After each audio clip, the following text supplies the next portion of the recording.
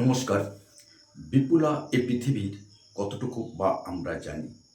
আমরা কিছু জানিই না বা জানার চেষ্টাও করি না, কিংবা জানার চেষ্টা করলে আমাদের ক্ষতি হতে পারে। সেই কারণে আমরা পাশ কাটিয়ে আমরা অন্য পথে যাই। আমরা আজকে আমাদের ক্লাসে এমন একটি কাহিনী নিয়ে আমরা আলোচনা করব, যেটি ওয়েস্ট বেঙ্গল স্টেট ইউনিভার্সিটি বা অন্যান্য ইউনিভার্সিটির পাঠ্য রবীন্দ্রনাথ ঠাকুরের বলাই গল্প। এই বলাই গল্প একটা ছোট্ট ছেলের যে প্রকৃতি প্রেম, তার পাশাপাশি যে উপযোগিতাবাদ এখানে তুলে ধরা হয়েছে, এবং পাশাপাশি তুলে ধরা হয়েছে মাতৃত্ব। একদিকে প্রকৃতি প্রেম, অন্যদিকে উপযোগিতাবাদ, আর একদিকে মাতৃপ্রেম। এই তিনটি বিষয় নিয়ে আমাদের বলাই গল্পটি রচিত হয়েছে, যেটি খুবই গুরুত্বপূর্ণ আসন্ন পরীক্ষায়। আর আসন্ন পরীক্ষায় গুরুত্বপূর্ণ বলেই আমরা এই বিষয়টি নিয়ে আজকে ভিডিও তৈরি করতে বা আজকে ক্লাসে আলোচনা করতে আমরা প্রয়াস হয়েছি। তো তোমরা দেখতে থাকো বলাই গল্প রবীন্দ্রনাথ ঠাকুর। আজকে ক্লাসে আমরা আলোচনা করব ষষ্ঠ সেমিস্টারের বিষয়, একটি অন্যতম গল্প বলাই। অর্থাৎ বলাই গল্পটিতে প্রকৃতি ও মানুষের মধ্যে যে সম্পর্ক এবং তার করুণ পরিণতি ফুটে উঠেছে তার আলোচনা। আর সেই আলোচনার শুরুতেই আমরা বলতে পারি, রবীন্দ্রনাথ ঠাকুরের বলাই গল্পটি বাংলা সাহিত্যে প্রকৃতি ও মানুষের নিবিড় আত্মিক সম্পর্কের এক অনন্য দলিল। আর এই গল্পে একদিকে যেমন প্রকৃতির প্রতি এক অবুঝ বালকের গভীর ও নিষ্কাম ভালোবাসা ফুটে উঠেছে, অন্যদিকে তেমনি মানুষের চরম উপযোগিতাবাদী ও নিষ্ঠুর মানসিকতার কারণে সৃষ্ট এক করুণ পরিণতি চিত্রিত হয়েছে।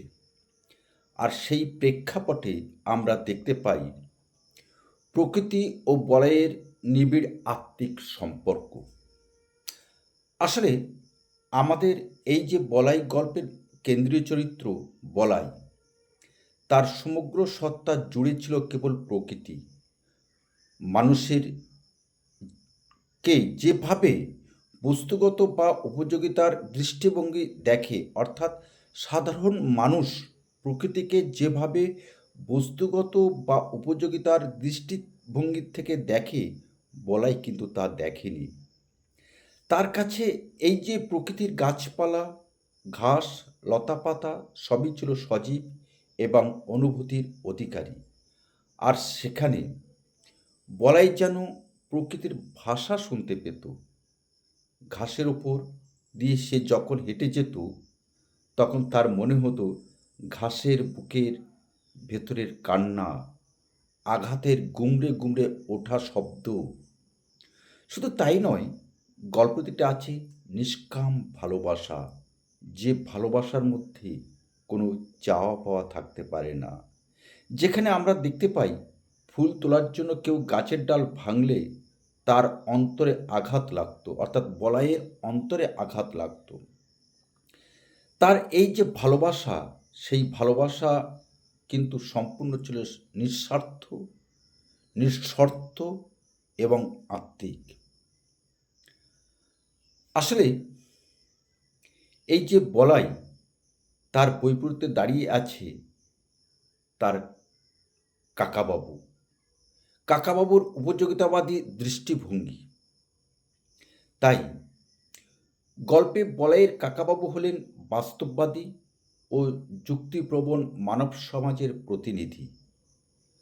মানুষের কাছে প্রকৃতি যখন মূল্যবান, যখন তা মানুষের কোনো উপদেশ বা কাজে লাগে, পথের মাঝে একটি শিমুল গাছ গজিয়ে উঠলেই বলাই সেটিকে নিজের পরম বন্ধু হিসাবে গ্রহণ করে। শুধু তাই নয়, এই বলাই প্রতিদিন তাকে নিজের মতো করে পরিচর্যা করতে থাকে এবং করে। কিন্তু এর পাশাপাশি আমরা অন্যদিকে দেখছি, কাকাবাবুর কাছে সেই গাছটি ছিল কেবলই একটি অনাবশ্যক উপদ্রব। এই অনাবশ্যক উপদ্রব কোটেশনটা তোমরা মাথায় রাখবে, এটা কিন্তু এই গল্পের মূল পয়েন্ট। যা বাগানের সৌন্দর্য ও পথ নষ্ট করেছিল। মানুষের এই নির্মম বাস্তববোধ, প্রকৃতির প্রতি উদাসীনতা বলাইয়ের কোমল মনের পরিপন্থী ছিল। কাকিমার মাতৃত্ব ও প্রকৃতির মেলবন্ধন গল্পে কাকিমার চরিত্রটি বলাই ও প্রকৃতির মাঝে এক চমৎকার সেতু তৈরি করেছিল। আসলে বলাইয়ের মা নেই, তাই কাকিমার মাতৃত্বে সবটুকু স্নেহ ঢেলে দিয়েছিল বলাইয়ের উপর। আর সেই বলাই যখন শিমুল গাছটিকে বাঁচানোর জন্য কাকিমার কাছে আকুল আবেদন জানিয়ে বলাই বলে, কাকিমা, তুমি তোমার মালিককে বারণ করে দাও, ও যেন আমার শিমুল গাছটা না কাটে। কত সুন্দর কথা শোনো। কাকিমা, তুমি তোমার মালিককে বারণ করে দাও, ও যেন আমার শিমুল গাছটা না কাটে। আর বলাইয়ের এই কথা শুনে কাকিমা কিন্তু বলাইয়ের আবদার, আবেদন, ভালোবাসা নিজের মনের করে নিয়েছিল এবং তার আবদার কিন্তু কাকিমা রক্ষা করেছিল। এখানে কাকিমার মাতৃত্ব কেবল বলাইয়ের প্রতি নয়, বলাইয়ের মাধ্যমে পরোক্ষভাবে প্রকৃতির প্রতি প্রসারিত হয়েছিল। কিন্তু গল্পের শেষ ভাগে অন্তিম লগ্নে আমরা দেখতে পাই প্রকৃতি ও মানুষের এই যে সম্পর্কে টানাপোড়েন এক চরম এবং হৃদয় বিদারক পরিণতি লাভ করে। বলাইয়ের বিদায়, পড়াশোনার উদ্দেশ্যে বলাই যখন শিমুল গাছ ও তার প্রিয় প্রকৃতি ছেড়ে বিলেতে অর্থাৎ লন্ডনে চলে যায়, তখন থেকেই তার জীবনে একটি অধ্যায়ের পরিসমাপ্তি ঘটে। আর সেখানে আমরা দেখতে পাই শিমুল গাছ ছেদন, বলাই চলে যাওয়ার পর কাকাবাবু তার বাস্তববাদী বুদ্ধির বশে সেই অবাঞ্ছিত শিমুল গাছটিকে কেটে ফেলেন। তিনি বলাইয়ের আবেগকে গুরুত্ব দেওয়ার বিন্দুমাত্র মনে করেননি। তবে কাকিমার শূন্যতা ও শোক বিলেত থেকে বলাই তার প্রিয় শিমুল গাছকে একটি ছবি পাঠাতে অনুরোধ করে কাকিমাকে। কিন্তু ততক্ষণে গাছটি কাটা হয়ে গেছে। আর এই খবর শুনে কাকিমা তীব্র ক্ষোভে ভেঙে পড়েন। তিনি দুদিন অন্ন পর্যন্ত গ্রহণ করেননি।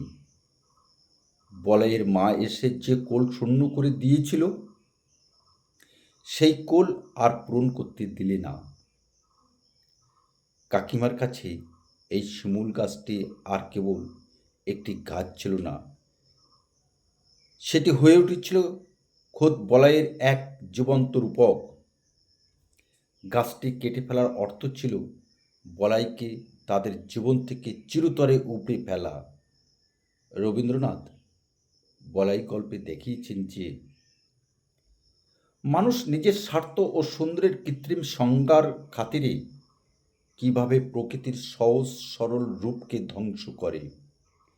মানুষের এই অহংকার ও নির্মমতার শিকার হতে হয় বলাইয়ের মতো কোমল প্রাণদের। আসলে এই গল্পটি মানুষের অন্ধ অহমিকার বিরুদ্ধে প্রকৃতির হয়ে ওঠা এক নীরব অথচ তীব্র প্রতিবাদ। আর সেই তীব্র প্রতিবাদ আমাদের ছোট গল্পকার রবীন্দ্রনাথ ঠাকুর বলাইয়ের গল্পের মধ্যে তুলে ধরেছেন।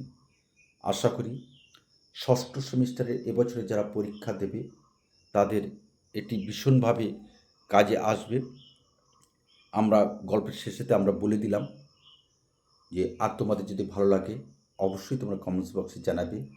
আর এই বলাই গল্প থেকে যদি তোমাদের মনের মধ্যে কোনো প্রশ্ন উকিঝুঁকি দেয়, তাহলে নির্বিঘ্নে, নিশ্চিন্তে, নিঃসংকোচে, নির্ভয়ে আমাদেরকে জানাবে।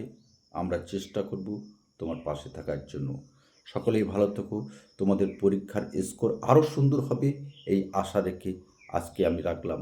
আবার অন্য কোনো একটা সময়ে ঠিক এভাবে বা অন্যভাবে তোমাদের সাথে আমার আবার দেখা হবে।